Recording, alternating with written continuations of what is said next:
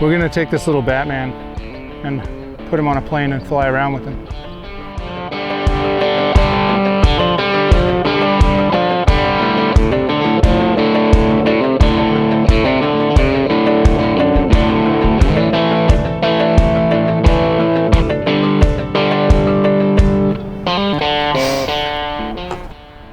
So, the Sherman. I'll show you guys what it is that I have done to modify this thing to get it to where it is right now. We're going to talk about the seat that I have been promising. We're going to talk about these LEDs and how they came to be. So let's stand this thing up. It is heavy, as you know. We're going to talk about the back just for a second here. So in order to get these LEDs to go on here, I put an aluminum channel that would normally be mounted flat, and I cut them at angles to bend it all the way around, and it does in fact go all the way under here.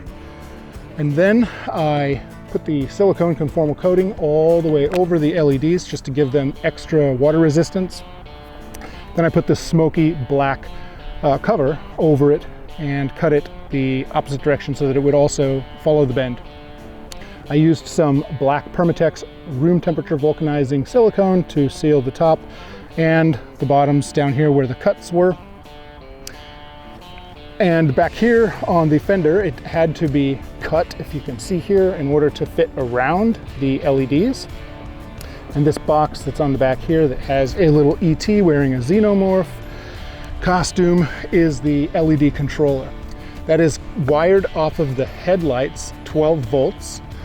Coming around here on the front, this is just a 1/8 inch thick piece of ABS plastic that I put on here for looks, nothing more. If you've seen the other videos, you know that I like Weyland-Yutani and Aliens. Yeah, so let's get to what it is that you really care about, the seat. So it's quite quick to get on and off. Maybe not as quick as the one that snaps on, but in my opinion, it's much more secure, it's safer. If you were going to be riding this and you needed to grab hold of the front and brake really quick and lean back, you don't have to worry about it popping off because you've grabbed it and you've essentially lifted it off. Same thing with the acceleration, or maybe you're just riding it and you hit a bump and it could come off. That's not gonna happen here because these are locked on. So what you see here is just a 1-inch pole clamp. It's for a cold shoe actually, and I removed the cold shoe mount. I'll link to them down in the description. Okay, I'm gonna show you how quick and easy it is to take this off. So all you would do is just come over here, loosen this,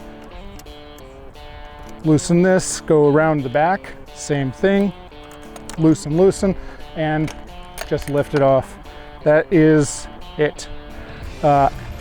It's pretty robust. It's a nice seat, works well, it's quite comfortable. Some people have actually said that they think that it's the wrong way and that it should be like this. I find that a little humorous. That would be kind of odd if you think about that for a second. You're sitting here, you're sliding off, you hit a bump, you slide off. This is actually how it should be. It not only serves as something that you can grab hold of to steady yourself as you're going from standing to sitting, but it also gives you something to hold on to in case you need to brake quickly and lean back. So I'm gonna show you guys some footage of me riding it and transitioning, and then we're gonna show you some footage of some other riders. Then we're gonna get some opinions on the seat on the Sherman versus it off of the Sherman. Let's go. All right, so I'm gonna go ahead and transition right about now. All right, you got to kind of kick your legs out a little bit. So there I have transitioned into the seated mode. Transition out of it. Pretty sweet still. All right. So we're gonna go back up and down a couple more times to hopefully get the shot for you all. So I'm going to transition for you guys one more time from standing to seated.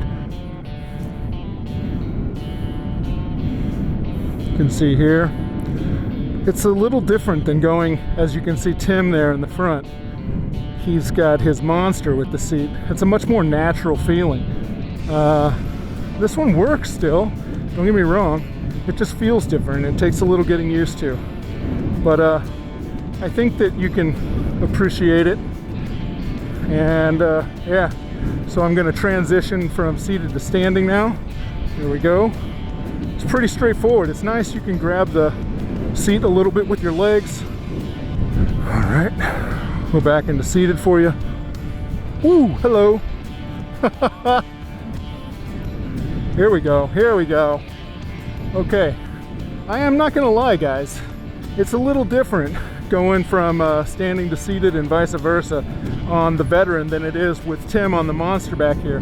When I had my Monster, I could rock that. I could jump in and out of it, no hesitation. It's just a little different. I'm sure that part of that has to do with the smaller diameter wheel, but I don't know. Maybe it's just because it's new. Maybe it's because I'm much higher on this seat, so the center of gravity is it's a different offset.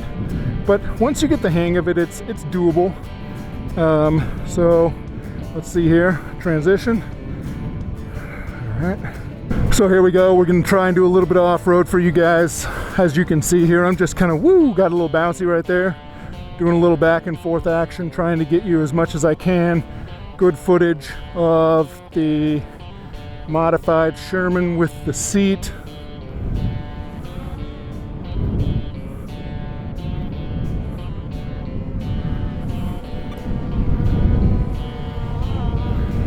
All right.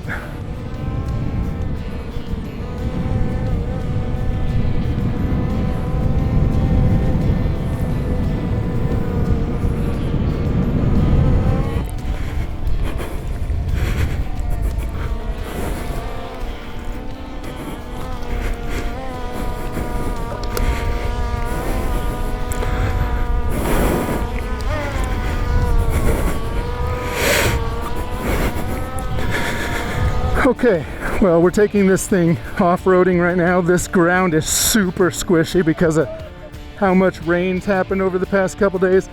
It feels horrible. Ah! Dude, this sucks, bro.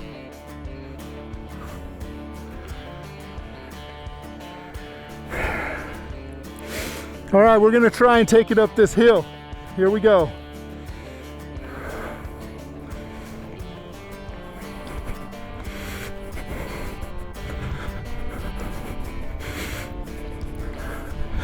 If ever there was a bad idea.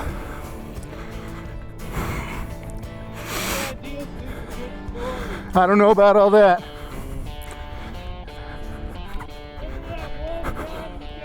That one time at band camp. Oh, this is gonna spin out.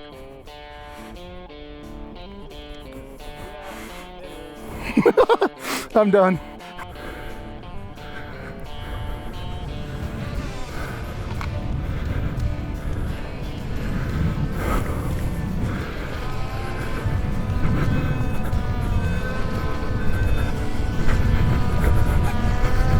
Might have been a bad idea. I will concede that fact. Yeah, now he's like, this is a bad idea. What was a clean wheel and going to be a nice video for y'all.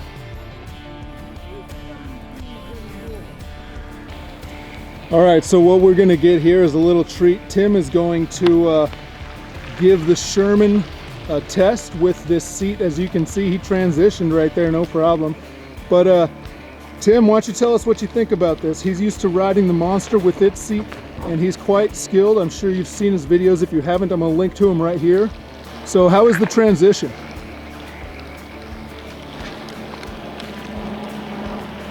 Nothing to talk about, which is perfect. Like, you don't even feel any issues. Why don't you tell me about the position of it? I've had a few people say that I've got it backwards and that the horn should be in the back. Why don't you tell me what you think about that? I think that for quick stopping and for quick going, it's right how it should be, because it's almost like a Western saddle, right? If you're doing off-road, it gives you a point of contact where you can grab onto, and if you need to make a sudden stop, you just give a pull back because it's screwed down, not clipped on. So It gives you a little more authority. And then you know, what you guys were saying about it changes the dynamics of the wheel. I actually think that it gives you more control because you're increasing the surface area in contact with your inner legs, so it gives you a little more fine tune. I think that that has to do a little bit with skill as well.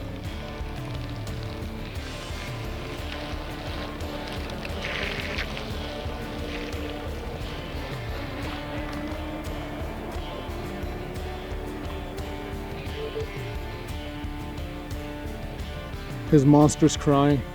It feels sad that he left it. It's over here beeping. All right, here he comes.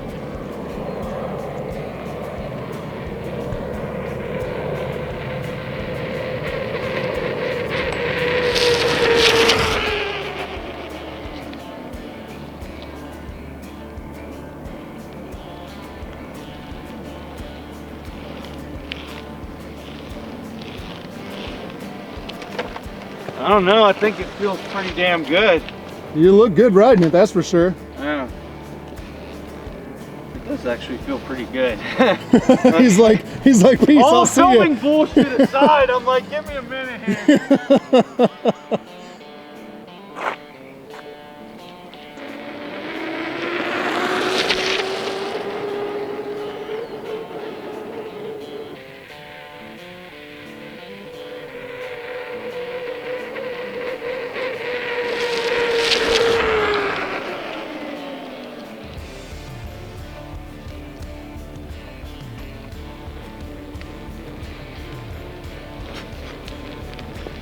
Feel like I'm riding on a saddle.